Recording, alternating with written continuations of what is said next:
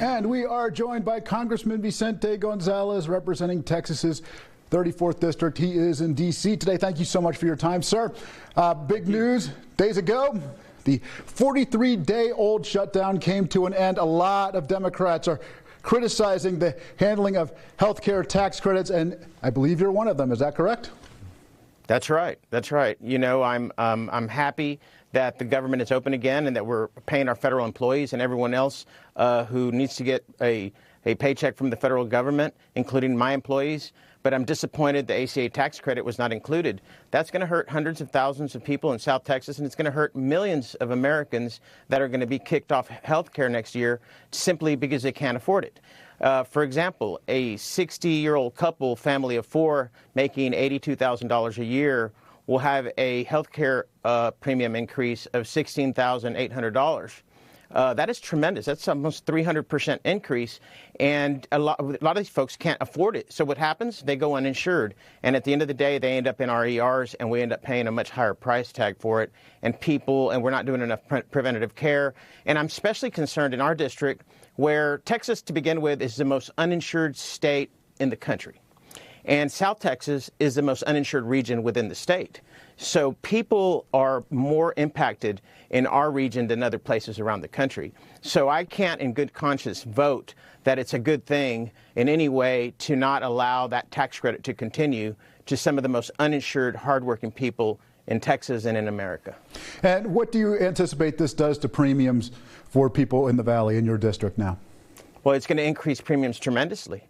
And that's on top of the big ugly bill that already is going to have a $500 billion cut of Medicare that kicks in December 2026, begins to kick in, and a $400 billion in Medicaid that kicks in December of 2026 as well. So let me tell you, and folks like myself who are lucky enough, and so many other people that are lucky enough to have health insurance may think that, hey, we're off the hook because we have insurance.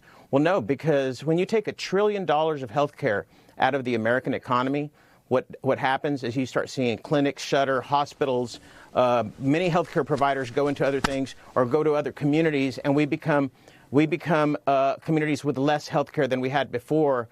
And in the Rio Grande Valley, we are short 1,000 physicians right now. Right now, we're short 1,000 physicians, and it impacts the outcome and the healthcare we have. And I'm never going to stop fighting for health care for South Texas. Okay, now another thing that was going on during the shutdown is that there was fear that SNAP benefits would run out and people would literally starve, or, you know, we're heading into Thanksgiving. They wouldn't be able to eat on Thanksgiving. What do you have to say to those people? How does the reopening affect them? Well, we sure hope that everybody should be getting their subsidies without any problem.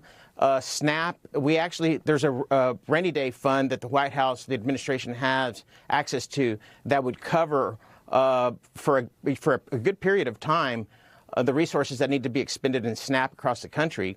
I know that there were some politics getting played on that issue, but I think we've overcome that. The government will be opening, and everybody should be getting back to normal here, hopefully in this next week. It's going to be some work, you know. Shutting the country down and then opening it back up doesn't happen overnight.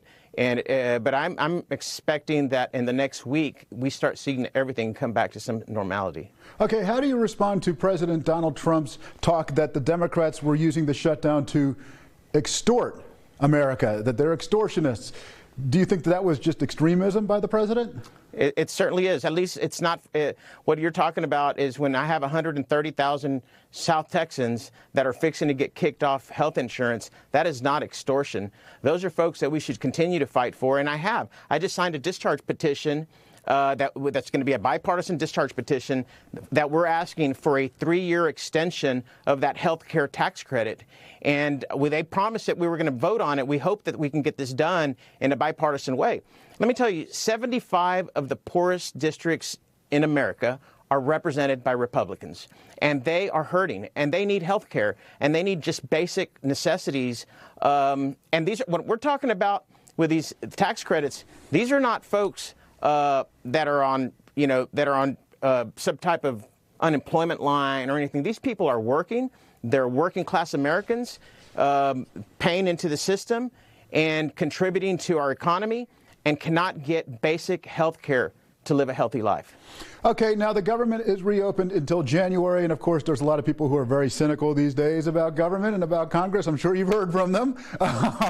And they're probably saying as soon as they see that we have another shutdown coming in January. Is that something that people can anticipate?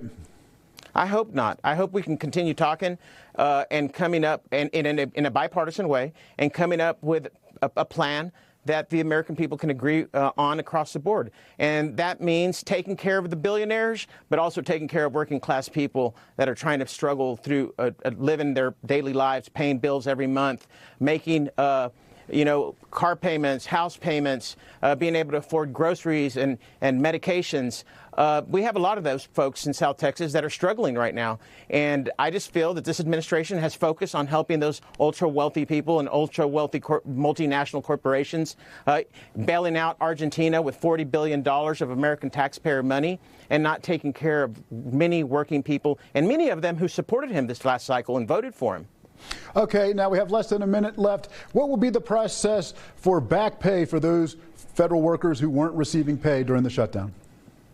It'll go through their regular administrative process of how they receive their payment.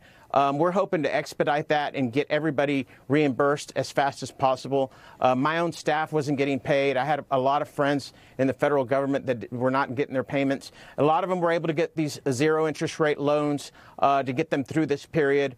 And they're going to have to go through the process of reimbursing those institutions that were kind enough to provide that service for us.